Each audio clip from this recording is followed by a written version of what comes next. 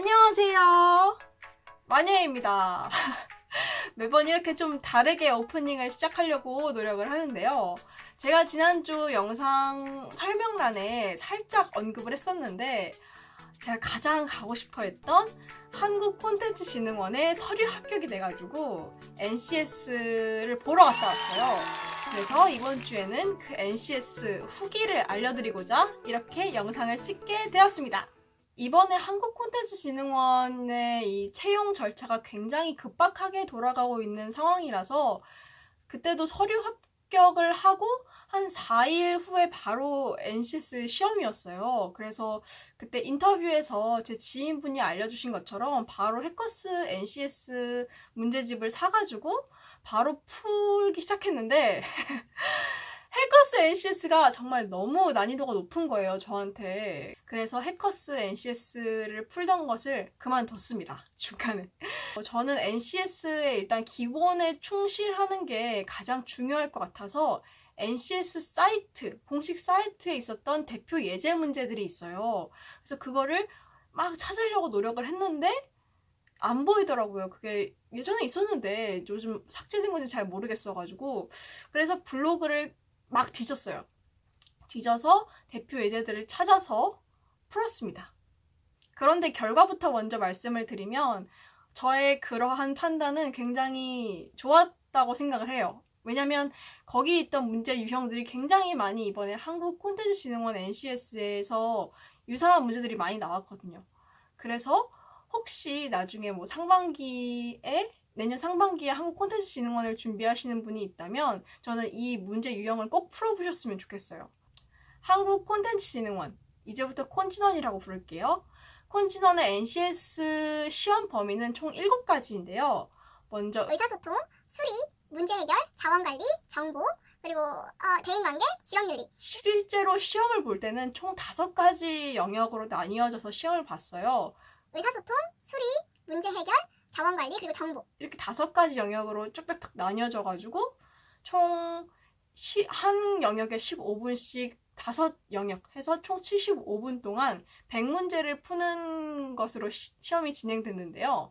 그럼 첫 번째 영역인 의사소통 능력 후기부터 말씀드리도록 하겠습니다. 의사소통 능력은 전체적으로 무난했다고 생각해요. 일단 뭐 기본적인 유형인 글의 주제나 뭐 제목, 그리고 독자의 반응, 추론, 내용 일치 이런 것들이 나왔고요.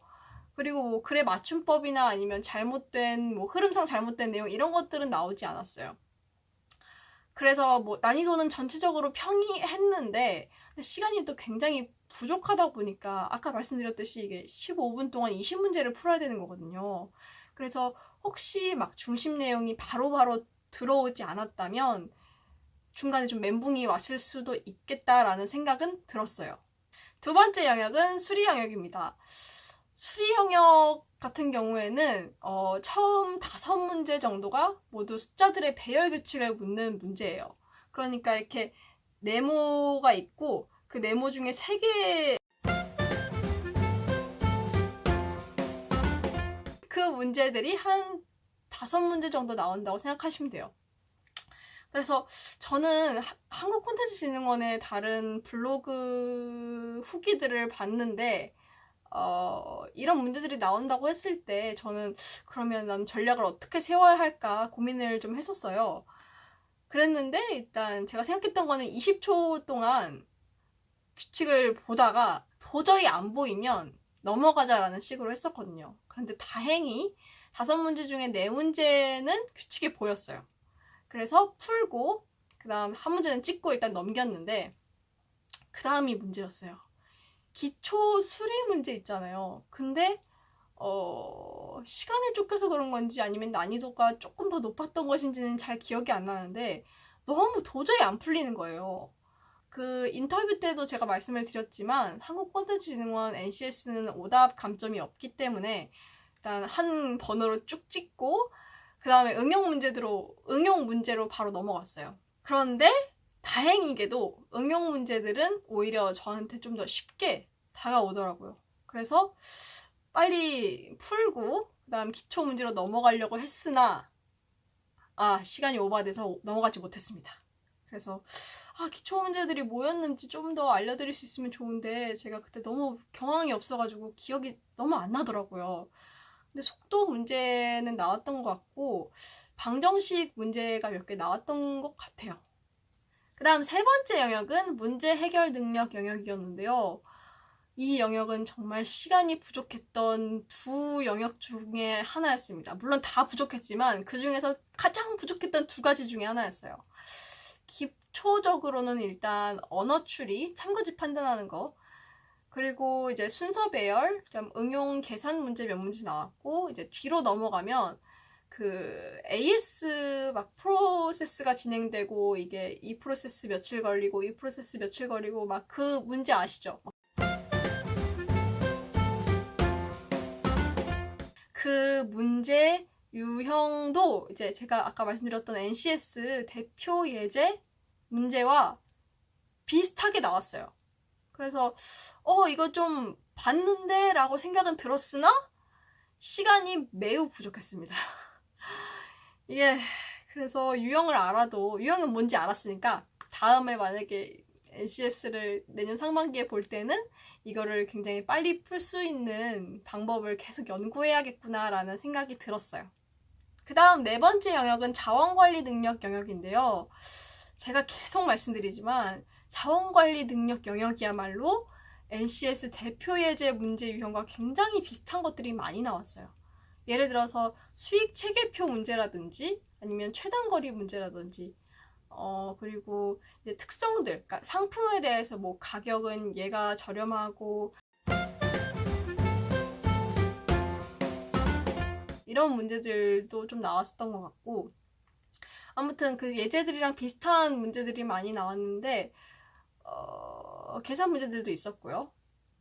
그런데 저는 개인적으로 문제 해결 능력보다는 그래도 조금 더 낫지 않았나. 물론 이것도 시간이 굉장히 부족하고 굉장히 많이 찍었지만 그것보다는 나았고, 자원관리 능력에 대해서 감이 안 잡히신다면 꼭 대표 예제 문제, NCS 대표 예제 문제 꼭 풀어보세요. 진짜로. 일단 정보 능력 영역 같은 경우에는 그 코드 해석 문제, 좀 이건 쉽게 풀 수 있는 문제죠. 코드 해석을 이렇게 비교해서 얘는 뭐 여자인지 뭔지 하여튼 빨리 그걸 풀 수 있는 문제들이 나왔고, 그 다음에 이제 응용 문제가 나왔는데, 와우, 응용 문제 완전 처음 보는 문제, 진짜 처음 보는 문제가 나와서 이건 좀 운인 것 같아요. 만약에 내가 그때 가가지고 그 시스템이 바로바로 이해가 되면 빨리 풀어서 빨리 체크를 하는 거고, 아니면 그 문제 유형은 다 틀리는 거예요.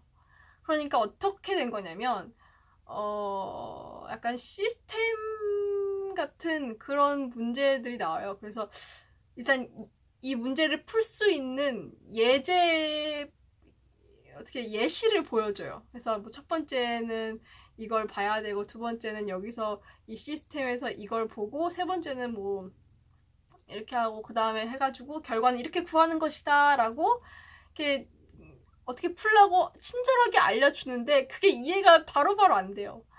그래서 솔직히 이거는 좀 운이라고 생각을 하는데, 이것도 많이 좀 다양한 문제들을 접해보면서 빠르게 이해하는 능력을 습득하면 좋을 것 같아요. 시험이 끝나고 든 생각이, 내가 영역 분리형 문제들을 많이 풀어봐야겠구나 라는 생각이 들었어요.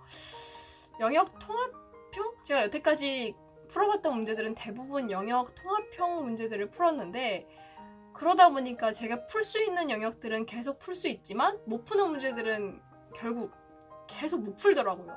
그러니까 이제 이렇게 정보 능력과 문제 해결 능력처럼 많이 포기하는 문제들이 생겼는데, 모든 영역들을 그래도 웬만큼 평균적으로는 이제 풀 수 있도록 내가 공부를 해야겠구나라는 생각이 들었습니다. 그리고 이번에 한국콘텐츠진흥원 제가 어쨌든 서류는 합격을 했으니까 합격 자소서 필요하신 분들이 한해서 보내드리려고 하는데요. 이번에도 선착순 30명이고 댓글에 이메일 주소를 남겨주시면 제가 보내드리도록 하겠습니다. 그리고 이번에 그 댓글에 혹시 스펙을 알 수 있을까요? 라고 물어보시는 분들이 계셔서 이번에 메일을 보낼 때는 저의 스펙도 같이 보내드리도록 하겠습니다. 이번 주에 이제 발표가 날 것 같은데 합격할 수 있도록 기도해주세요. 감사합니다. 여기까지 NCS 후기 영상이었습니다. 안녕! 감사합니다.